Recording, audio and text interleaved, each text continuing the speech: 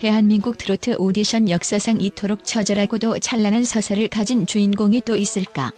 미스터 트롯 시즌 1의 예선 탈락과 통편집이라는 굴욕, 시즌 2에서의 본선 탈락이라는 고배를 마시고도 다시 마이크를 잡은 남자, 손비나. 그는 마침내 2025년 미스터 트롯 3에서 결승 마스터 점수, 전 시즌 최초 만점이라는 전무후무한 대기록을 세우며 기술적 완성도의 정점을 찍었다. 하지만 아이러니하게도 왕관의 주인은 그가 아닌 다른 이에게 돌아갔다. 전문가들이 입을 모아 완벽하다고 극찬한 그가 왜 끝내 1등의 자리를 내주어야만 했는지. 이는 단순한 실력의 문제가 아닌 대한민국 오디션 시장의 생리와 스타성이라는 모호한 경계선이 만들어낸 충격적인 결과물이다. 오늘 우리는 손비나라는 거목이 마주했던 보이지 않는 벽과 그가 남긴 준우승의 가치가 왜 우승보다 더 뜨거운 논란이 되고 있는지 그 진실을 파헤쳐본다. 첫째로 주목해야 할 점은 손비나가 보여준 완벽주의적 기술력이 역설적으로 대중의 감성적 투표와 충돌했다는 사실이다. 미스터 트롯 3 결승전에서 그는 모든 마스터로부터 만점을 이끌어냈다.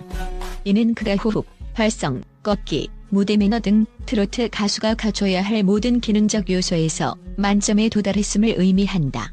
그러나 오디션 프로그램의 최종 승패를 결정짓는 것은 심사위원의 점수가 아닌 시청자의 실시간 문자 투표다.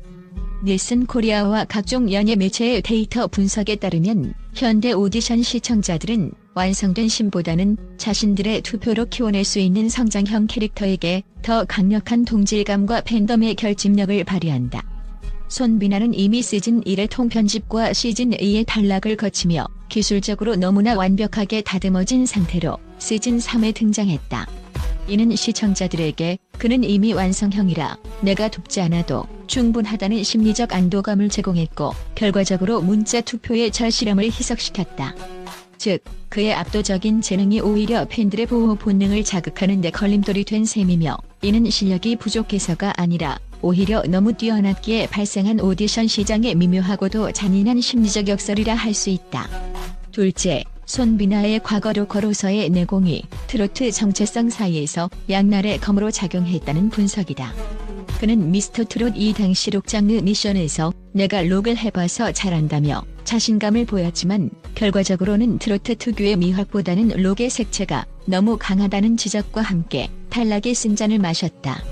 시즌 3에 이르러 그는 이 문제를 보완하기 위해 정통 트로트의 깊은 맛을 철저히 연구해 구현해냈으나 여전히 그의 고음부나 폭발적인 성량에서는 록 발성의 흔적이 미세하게 간주되었다.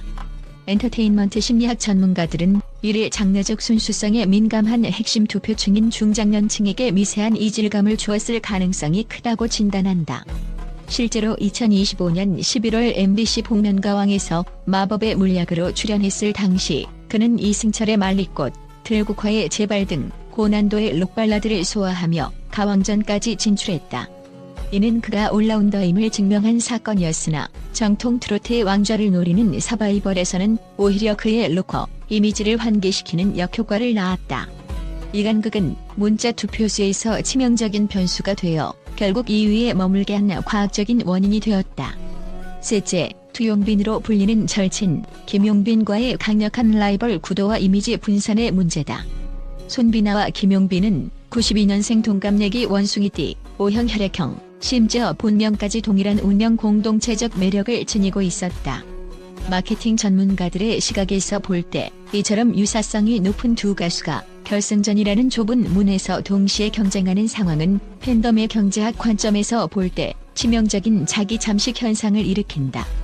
특히 두 사람이 미스터 트롯 2 시절부터 팀 미션을 함께하며 쌓아온 끈끈한 브로맨스는 팬들로 하여금 두 사람 모두를 응원한다는 포괄적 지지층을 형성하게 했으나 이는 실시간 투표 메커니즘에서는 화력이 분산되는 결과를 초래했다.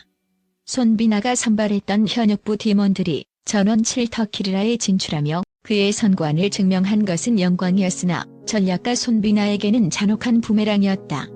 자신이 키운 강력한 아군들이 결승전에서는 결국 자신의 우승을 가로막는 거대한 벽이 되어 돌아온 셈이기 때문이다. 넷째, 히든싱어 서른도라는 과거의 영광이 가져다준 고정관념의 벽이다. 손비나는 과거 JTBC 히든싱어 서른도 편의 모창 능력자로 활약하며 얻은 하동의 서른도라는 수식어 덕분에 무명의 터널을 빠져나올 수 있었다. 하지만 브랜드 전략 전문가들의 분석에 따르면 이러한 모창 아티스트라는 초기 정체성은 전국구 스타로 성장하는 데 추진력이 되는 동시에 고유의 색깔을 가로막는 유리 천장으로 작용한다. 결승전에서 마스터들의 기술적 만점을 획득했음에도 불구하고 시청자 투표에서 밀린 결정적 배경에는 대중이 그를 완벽한 계승자로 인정하면서도 자신들의 시대를 이끌 새로운 영웅으로 선택하기에는 과거 모창으로 각인된 잔상이 너무나 거대했음을 보여준다. 그는 경연 내내 손비나라는 이름 석자를 각인시키기 위해 자신의 가장 큰 무기였던 모창 실력과 스스로 싸워야 했던 고독한 투사였다.